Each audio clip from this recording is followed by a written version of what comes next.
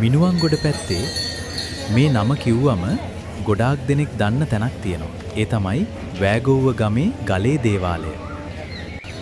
ඉතින් අද මම මේ සිද්ධ සූනියම් දෙවියන්ගේ අඩවියට ආවා.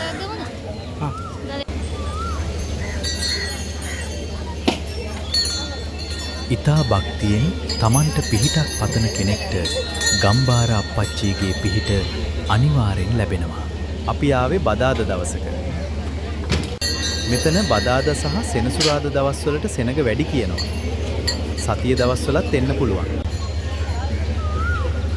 දෙවියන් වන්දනාමාන කරන ආකාරය දේවාලය ඇතුළට යන තැනම සදන් කරලා තියෙනවා. අපි ගියපු දවසේ අපිට දන්සල් වදින්නත් පුළුවන් වුණා. එතන දන්සල් දෙන්න පවා අර වුණ කට්ටිය ඒ බාර ඔප්පු කරන්න ඇවිත් හිටියා. සිද්ධ සූනියම් දෙවියන් මෙන්ම තවත් දෙවියන් කිහිප දෙනෙක්ම මේ ස්ථානයේ වැඩ හිටිනවා.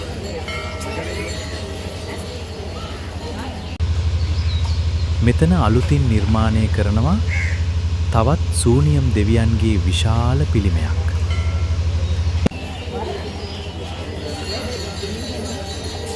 විඩියෝ බලපු ඔබ සැම දෙනාටම සිද්ධ සූනියම් දෙවි පිහිටයි.